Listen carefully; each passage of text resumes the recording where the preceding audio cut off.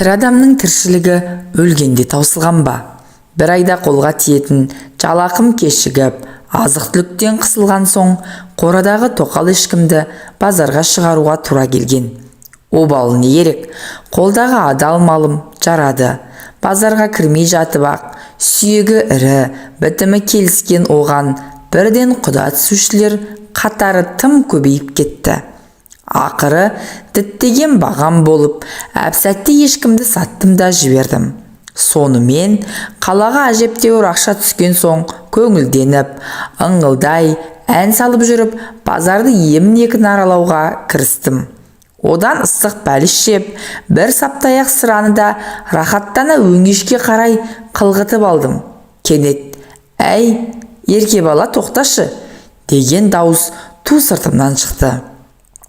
Кімге? Маған айтып тұрма деген оймен басымды селқос бұрып, жан-жағыма қарасам, бір апай маған қарап, қолын бұлғап тұр екен. «Кім, мен бе?» дегендей өзімді ымдап көрсеттім. «Иә, сен. Не, танымай қалдың ба, ерке бала?» деп жаныма жақындап қолымды алып жатыр. Мен аң-таң күйде бейтаныс жанның жүзіне барлай қарадым. Орта бойлыдан төмендеу келген, қызыл шырайлы, үлкен көздерінің айналасын ұсақ әжімдер торлаған, жас шамамен 45 пен 50 жас аралығындағы апай мені көргенде қуанып кеткендей, қолымды қысып, жуық арада жібермес болар. Үстіне арзандау көгілдір пальто, басына қалың орамал мен шандып байлап алған бұл кісі кім екен деген ой бар іштей. «Сен әулие болсаң да мені танымай тұрсың ба осы қу бала? Шыныңды айтшы, мен кіммін?» деп бейтаныс апай одан әрі маған ыстық ботқаша жабыса түсті. «Ақиқатына көшсем, танымадым апай» деп күмілжідім. «Бәсе, бірден қайдан тани қоюшы едің? Біз байғұс басынан жаз өтіп, күзі келген сорлы пенде емеспіз бе?» деп жаңа ғана жарқырап тұрған апай бірден төмендеп кетті. Бұдан 25-30 жыл бұрынғы ауылыңдағы Зейнеш деген озат сауыншыны білуші ме едің? Деді жүзіме қадала қарап. «Зейнеш дейді. Көз алдыма бұдан көп жылдар бұрынғы әппақ сазандай әдем келіншек тұра қалды. Әсіресе адамды баурап алар сыңғырлаған әсем күлкісі құлағымда әлі жаңғырып тұрғандай. Кезінде үстіне ақ халат киіп, қолына шелегін ұстап, күлімсіреп түскен суретін аудандық газеттен талай көргенде болатынбыз. Ол кезде Зейнештің тек фирманың ғана емес, бүкіл ауылдың көркі болғанын қалай жасыраларсың?» Сіз Зейнеш апайсыз ба?» дедім сасқанымнан тұтыңқырағандай үн шығарып. Шынымды айтсам, бұрынғы Зейнешті қазір қалай болса солай киінген кісімен онша айырбастағым келмей тұрғаны анық еді. «Әй, қайран зымыраған уақыт-ай, ақыры дегеніңе жеткен екенсің ау. Сен таңдасаң да, таңданбасаң да, сол баяғы Зейнеш сұлу жеңгең мен боламын. Бұл жалған дүниеде бәрі де өзгереді екен. Бұрындары жас кезімде қартайған, қаусаған кемпірлерге неге осыншалық қартайып кеткен деп мүсіркей қараушы едік. Міне, ол жарықтықтардың да артынан біз де келеміз. Уақыт шіркін, бәріне де еміш екен ғой. Бір кездері жас жоқтай әп-сәтте талдырмаш бала едің. Енді қозғарын шығарып, шаштарын сиреп, сен де біраз жасқа келіп қалыпсың қайдым. Өзгермеген тек көздерің ғана екен. Мен сені шынын айтқанда көзіңнен ғана таныдым. Зейнеш апай, асығыс болмасаңыз, мына асханаға кіріп тамақтанайық. Асықпай әңгімелесейік. Біз кездеспегелі қай заман, қай жерде тұрып жатырсыз? Деп сұрақтарды бастырмалата жөнелдім. Жүр, кірсек кірейік. Жақсы көретін қайным шақырып тұрса, қалай отказ берейін? Ауылға 1 сағаттан соң көлік болады. Оған дейін біраз уақытым бар. Бүгінде сол Жуалы ауданында тұрып жатырмын қайным. Базар ішіндегі асханада адамдар аздау екен. Даяршы жігітке 2 лағман мен бір шайнек шайға тапсырыс бердім. Тентек суға қалай қарайсыз, жеңеше? Дедім, одан әрі еріксіз қылмыс жасайтын адамша қипақтап түсіп. Оған кетер емеспін қайным. Сен шын ниетіңмен алам десең, ала бер. Кейде бұл бәлені түбін түсіре ішіп тастайтын да әдетім бар, деп Зейнеш жеңгей сылқ-сылқ күліп алды. Апырай, өзі қанша өзгерсе де, сыңғырлаған әдемі күлкісі сол күйінде сақталып қалыпты. Баяғы өзіме сондай таныс күлкі құлағыма майдай жағып барады. Бірақ қазір көп ішіп те жүрген жоқпын. Екеумізге 2 стақан алсаң жетеді, деді жөткірініп алып. Даяршы уақыт өткізбей біз тапсырыс берген тағамдардың бәрін алдымызға алып келіп қойды. Үйде келін бала бар шығар, қанша балаң бар, өзің не істейсің, деп Зейнеш жеңешем алдындағы лағманнан бір ұрттап қойып, маған сұраулы жүзбен қарады. Құдайдың берген 4-5 қара домалағы бар жеңеше. Келініңіз мектепте мұғалім болып істейді. Ал өзім ауылдағы әкімшіліктің есепшісімін. Әйтеуір біреуден ілгері, біреуден кейін деген ел қатарлы жүріп жатырмыз ғой. Ал жеңеше, мына ақаңды көп мөлдейде бермей, алып тастайық, деп қаз қатар тұрған 2 стаканның бірін алдыма жақындатып қойдым. Не үшін ішеміз қайным, деп Зейнеш жеңешем маған күлімсірей қарады. Не үшін қалай? Жеңешесі мен қайнысының пәленбай жылдан кейін кездейсоқ кездесу үшін ішпейміз бе? Пәленбай жыл дейсің, деп Зейнеш жеңешем ойланып қалды. 30 жылдай болып қалыпты ғой. Онда сен қанша дедің? 13-те болатымын жеңеше. Ал мен 28-де ғана едім ғой. Қайтейін, ойнап жүріп отбастым ғой. Кетпейін дедім, елдің өсегі жанымды қойды ма? Екі ортада қой аузынан шөп алмайтын Құдай қосқан қосағым ынтықбайдың әруағын қорлап кеттім ау. Мен жақсы болғанда, адал болғанда оның аты өшпес еді ау. Қазір кім тұрып жатыр біздің үйде? Білмеймін, Қарақалпақстаннан келген оралманда тұрып жатыр ау шамасы. Ауылды еске алсам, ет бауырым езіліп кетеді, деп ол кісінің даусы дірілдеп, көз жасы мөлтілдеп шыға келді. Қайтейін, бәріне өзім кінәлімін. Атың өшкір Тайлақбаймен байланысып нем бар еді. Оның көкбетті олай елі, шашымды жұлып, жерге аунатып, бетімді тырнаса да, жеңіл жүрісімді тия алмадым емес пе? Ақыры не болды? Ел жұртқа, ағайынға таза масқара болып, бір күнде үдере көшіп кеттім. Ал Тайлақбай тірі ме өзі? Деді Зейнеш жеңешем бет-жүзін жайлап кеткен көз жасын қолының сыртымен сүртіп жатып. Тірі, бірақ қол аяғы жансызданып сал болып қалған. Әйелі күн бермеген соң Жыңғылсайдағы әпкесі алып кеткен. Қазір Жыңғылсайда шығар. Ал әйелі қайда? Әйелі қайда болушы еді? Үйінде. Бақуат тұрады. 2 күйеу баласын қыздарымен қоса малына салып қойған. Ашуы келсе, күйеу балаларында аямай сабайды деп айтып жүр ғой жұрт. Құрысын, атын естісем жүрегім зырқ ете қалады. Шашымды бір уыс қылып жұлып, бетімді аяусыз тырнаған жауыздығын өлгенше ұмыталмаспын. Ал жеңеше, мына ақаңды алып жіберейік, деп мен сөз арасын басқа бағытқа бұрып жібердім. Ішіне запыран толып, көп жылдардан бергі кездесу Зейнешті сірә қатты толқыттырып жіберсе керек. Тыжырынбаған күйі үлкен стақанды қотара төңкеріп тастады. Үн-түнсіз кеспестен еті көп сорпаны сораптай ішіп отырмыз. Шынымды айтсам, арақтың қызуы бойымды балқытып барады. Ойыма бұдан 30 жыл бұрынғы өзім куә болған оқиға түседі. Бірақ қызығы артта, қаншама жылдар өтсе де, санамда еш өзгеріссіз сол оқиға өшпестей жазылып қалыпты. Қазір ғой, жау ұшақтары бейне бір бомбалап тастағандай, әр ауылдағы ферма, гараждардың тып-типыл болып өтпелі кезеңнің ықпалымен қолдан қирап қалғаны. Ал ол кезде колхоздағы мал фермалары қысы-жаз жұмыс істеп тұратын.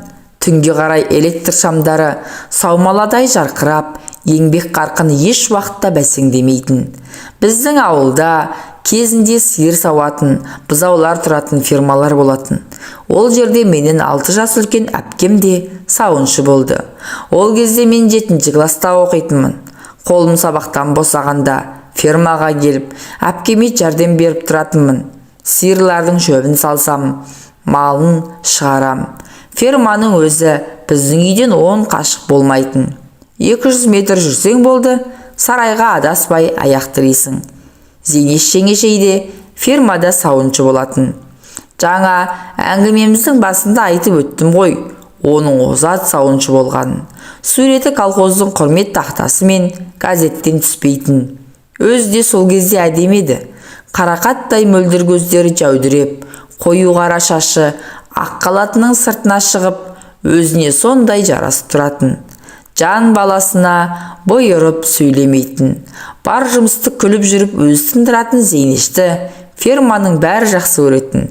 Әсіресе еркектер жағы гүлді көрген көбелектей, ол не айтса да ұшып кетуге әрқашанда әзер екендіктерін байқатып алатын. Бір күні ауылдың ескі клубында үнді киносы болатын болды. Үйдегілер бір ауыздан сол киноға баруға дайындалып жатты.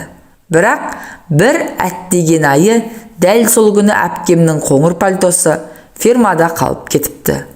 Ал пальтосыз киноға қалай бармақ? Енді не істеу керек? Әпкем амалы жоқтықтан маған келіп жалынды. Егер фермаға барып пальтомды әкеліп берсең, ақысына 1 сом берем деді. Ақша берем дегенде құлаққа жаққанымен бірден көне қойдым.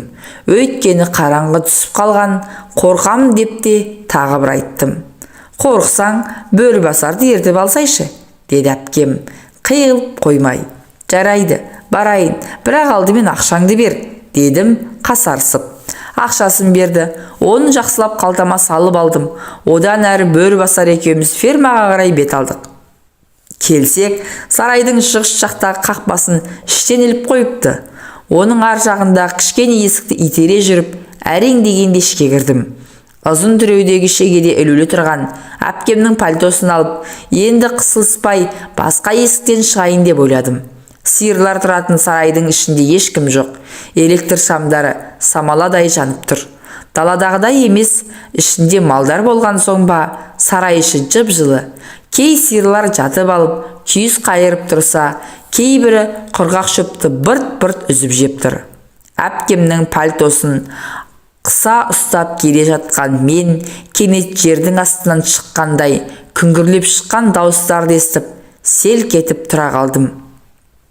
Әлгінде сарайдың ішінде ешкім жоқ сияқты еді. Бұл дауыстар қайдан шығып жатыр? Жоқ әлде мал бағушылар ма? Жан-жағыма барлай қарасам, өз орындарында қас-қатар тұрған сиырлардан басқа көзге ешкім көрінбейді. Құлағыма шалынған әншейін бір нәрселер шығар деп алға жүре беріп едім. Булыққан, ыңыранған дауыстар шықты. Ту, қытығымды келтіріп жібердің ғой.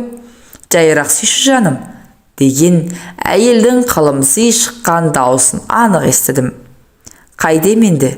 Өлем бе? Бір сен үшін бәрін таза жиып қойып едім. Ой жаным, сол ақтамағыңның иісінен айналдым. Тағы да сүйейінші жаным. Жер астынан күңіренге шыққан бұл дауыс еркектің даусына ұқсайды. Ойбай, ойбай, тұншықтырып жібердің ғой. Не бәле, ту, аузың сасып кетіпті ғой. Күні бойы пияз жегенсің бе? Жоқ әлде үйіңде пияздан басқа ешнәрсе жоқ па? Әйелің саған пияздан басқасын бермейді шамасы. Шыныңды айтшы тайлақпай, деп әйел сыңғырлай күлді. Соның атын бүгін атамашы жаным. Сенен өтінемін, деген еркектің даусы гүрілдей шықты да, сол сәт олар күреске түскен палуандай опыр-топыр болды да кетті. Сонда ғана байқадым, сүт қабылдайтын жердегі шағын жайдан шығып жатыр екен ғой әлгі күбір-сүбір сөздер. Бірақ өздері көрінбейді. Соған қарағанда екеуі дәуде болса, бос ақырға жайғасқан ау шамалысы. Дауысы сондай таныс, тайлақпай дейтін еңгезердей жігіт осы ферманың сиырын бағады. Ал қасындағысы Зейнеш сияқты, өйткені сыңғырлаған әдемі күлкісі құлаққа сондай таныс. Тоқташы енді жаным, Жыртасың ғой, сәл шыдай тұршы. Не болды соншама? Бұл тірліксіз-ақ көңілді жатуға болмай ма? Обязательно осыған баруымыз керек. Әйел шамалы бұлқынғандай болды. Өмірдің бар қызығы осында болып тұрған жоқ па? Жаным-ау, сенің әрбір қылығыңды көз алдыма елестетіп өлетін болдым ғой. Болшы тезірек, шыдай алмай өліп барам. Тайлақбайдың қазандай басы сол сәт ақырдан көрініп барып жоқ болды. Өліп бара жатсаң, әйелің бар емес пе? Ол әйел емес, әншейін тасмола ғой. Айтпашы соны, жаным. Одан кейін ақырдың ішінде тағы дүбір-дүбір басталып кетті де, бір кезде әйелдің ойбай ақырын деген даусы қатты шығып кетті. Ох, жаным, жанбасым, деді оған жауап орнына Тайлақбайдың әндете үн қатқаны. Еркек пен әйелдің жер астынан күмбірлей шыққан дауыстары пышақ кескендей саптиылды да, одан әрі шектен тыс ах-ух деп ыңырси шыққан дауыстары еміс-еміс естіліп жатты. Ал мен оқтау жұтқандай сол дерді табжылмай тұрып қалыппын. Көкейімде еркек пен әйел дегеннің қандай болатыны, олардың қандай сұм әрекетке баратынын әлде мойындай қоймайтын бір сезім билеп тұрған еді. Менің пайымдауымша, өмірге ұрпақ әкелу адал жандар арасында бұлайша болмаса керек еді. Сөйтсем үлкендер жағы адамның аузы бармайтын тағылық әрекеттерге осылай барады екен-ау. Сол кезде 13 жастағы періштедей тұнық менің балғын жүрегімде үлкендерге деген жиренішім бүршіксіз сезім жарып тұрды. Мұндай сұмдықты бұрын көрмеген мен әлгі қарғыс атқан жерден тезірек сытылып шығып кетпек болғам. Қас қағымда аяғым малақ сыртынан кетпенді қағып кетіп, ол шелекке соқтығысып, бір сәтте сарайша азан-қазан болды. Шалбарының ауын асығыс түймелеп жүгіріп келген Тайлақбай мені көріп состиып тұрып қалды. Сасқанынан, «Неғып жүрсің мұнда, інішегім-ау?» деп жорта ақырын түкіріне берді. «Әпкемнің пальтосы осында қалып кеткен, соны алуға келдім», дедім, жай барақат өзімше еш нәрсе білмеген болып. «Әй Тайлақбай, ол кім екен?» деп үсті басын түзеткен болып, Зейнешке жанымызда келді. Қызыл шырайлы, жүзі ерекше құлпырып кеткен оның тамағының 3-4 жерінде қып-қызыл белгі қанталап білініп қалыпты. Қосанары бұлтиып тұратын көйлегінің алдыңғы түймелерінің орны ауысып кеткен. Бірақ оған қарайтын Зейнеш пе? Келіп, менің басымнан сипалай бастады. Кім екен десем, өзімнің кішкене қайным екен ғой. Әпкеңнің пальтосын алуға келдің бе? Өй, айналайын сол, деп барынша сыңғырлай күліп, болған оқиғаны білдірмеуге тырысты. Сасқан үйрек артымен сүңгиді дегендей, Тайлақбай қалтасынан ұзақ қармаланып, бүтін 3 сомды алып шықты. «Мә, мынаған кәмпит алып же. Бірақ бүгінгі көргеніңді ешкімге айтушы болма. Біле білсең, сен де еркексің, мен де еркекпін. Ал нағыз еркектер бірін-бірі ешқашанда сатпайды. Кейін үлкен болғанда бәрін өзің түсінесің. Келістік пе?» «Келістік», дедім мен. «Менен қорықпай-ақ қойыңыздар. Ешкімге айтпаймын. Бірақ мына ақшаларыңызды алмаймын. Маған керек емес». «Жоқ, оның болмайды», деп Тайлақбай 3 сомды енің менің қалтама өз қолымен тықпалады. «Сен қай класста оқисың?» «7-ші. Онда кітап дәптер сатып аласың. Болмасақ киноға барасың. Жігітке ақша қанша керек болады?» «Ол үнемі керек. Мүмкін қыздарға подарка аларсың. Әзірге осыған қанағат еті тұр. Кейін айлық алғанда Зейнеш апайың да саған бір сыйлығын жасар». «Неге жасамайым? Жасайын. Әдемі көйлек сатып алып беремін. Мұндай әдемі қайныма», деп Зейнеш сөзінің аяғын өзінің сыңғыр күлкісімен бітірді. «Сонымен қойшы, олар мені сол түні барынша ырза етіп шығарып салды. Енді фермаға барған сайын ғашық жандар менің қимас жандарыма айнала бастады. Бала ғой деп жатсынбай бар сырларын ақтаратын болды. Сөйтсем, олар бұрыннан бірін-бірі ұнатады екен. Оның үстіне сүймей қосылған Тайлақбайдың әйелінің күйеуіне деген мейірімі мүлде жоқ көрінеді. Өз әйелінен алмаған жылы шуақты Тайлақбай көкем Зейнеш жеңгемнен тауып жүр екен. Сұлу келіншек басында Тайлақбайды маңына жолатпапты. Бірақ уақытта тегеле өзін құлай сүйген ер азаматтың жан сырын іңкәрлігін байқайды. Осылайша екі ұдайы сезімде жүрген кезде Зейнештің науқас күйеуі дүниеден өтеді. Сонымен өмірден талай соққы көріп жүрген сырлас, әрі мұңдас, қос мұңлық бір-біріне иек артады. Кездескен қиындықтарды бірге бөлісуге ұмтылады. Олардың бақыттарына орай бір-біріне деген ыстық ықыластарының дәнекері болып, мен қосылдым арасына. Қос ғашық енді көпшіліктен жасыратын сырларын мен арқылы жеткізгенді шығарды. Екеуінің сағынышты хаттарын, сәлемдемелерін мен тасып жүрдім. Обалы не керек? Мен елеусіз еңбегім ескертусіз қалып жатпайтынын білдім. Қалтам ақшаға толып жүрді. Кейінірек екеуінің махаббатының ыстық отына шарпылып жатқандардың үстінен Тайлақбайдың әйелі пістегіл түсіп қалмай ма? Бұрқ еткізіп, қызғаншақтың қызыл иті басына бірақ шыққан пістегіл қолына түскен күрекпен күйеуінің желкесінен бірақ ұрған. Оны естен тандыра домалатып күндесіне ұмтылғанда кімге жан беру оңай дейсіз? Зейнеш ышқырына орнынан тұрып ұстатпай кетеді. Одан арғысы тура кинодағыдай болады. Зейнеш жеңгей бір түнде өз төркіні Жуалыға көшіп кетеді. Ал әйелінен оңбай таяқ жеген Тайлақбайдың одан кейінгі тағдырын адам баласының басына бере көрмесін. Бұрыннан ит пен мысықтай болған олардың тірліктері одан кейін мүлде қабыспай кетеді. Күрекпен ұрып, желкесін шығарғаны аздай, пістегіл 4 інісін ертіп келіп, күйеуін өлімшетіп сабатқызады. Осы соққының әсерінен Тайлақбай ақсап қалып, кейін мүлде жүре алмай, сал болып қалады. Тамақты бірде беріп, бірде бермей, пістегіл есіл азаматты әбден қинайды. Ақыры жыңғылсайда тұратын әпкесі өз бауырын қолын алып, өзімен бірге алып кетеді. Міне, содан бері біраз жылдар өтті.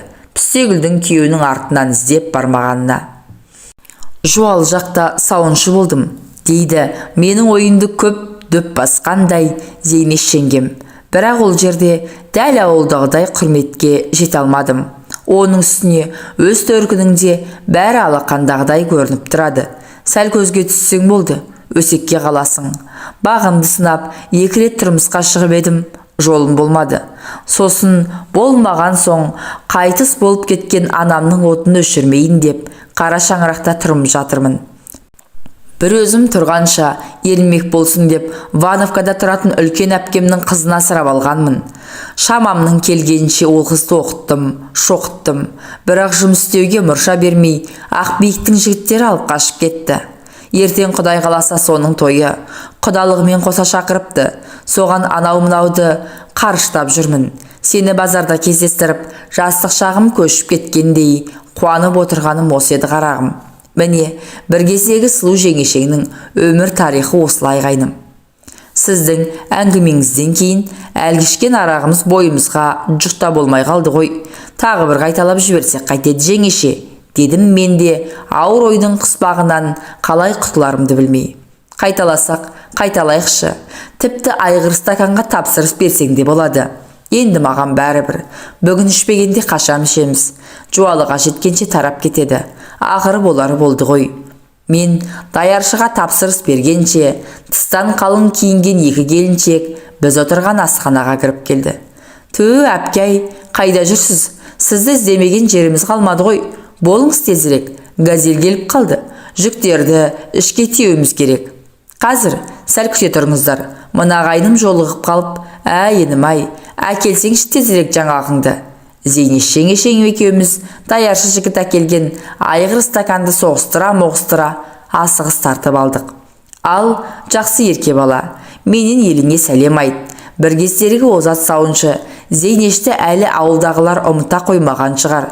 Өзің қайда жүрсең де аман бол, деп маңдайымнан сүйіп, асыққан күйде кете барды. Қоштасар сәтте даусының дірілдегенін де, көзінен іркілген бір тамшы жасты да байқап қалдым. Күтпеген кездесуден менің де көңіл күйім нілдей бұзылып сала берді. Сіз де қайда жүрсеңіз аман болыңыз, Зейнеш жеңеше, дей бердім, іштей күбірлеп. 30 жыл тісімнен шығармай, сармайдай сақтаған сырымды именбей сыртқа енді шығарсам, неге осылай еттің деп ешкімде кінәлай қоймайтын шығар. Орынтай Көмеков, Қайран Зейнеш Шеңгемай.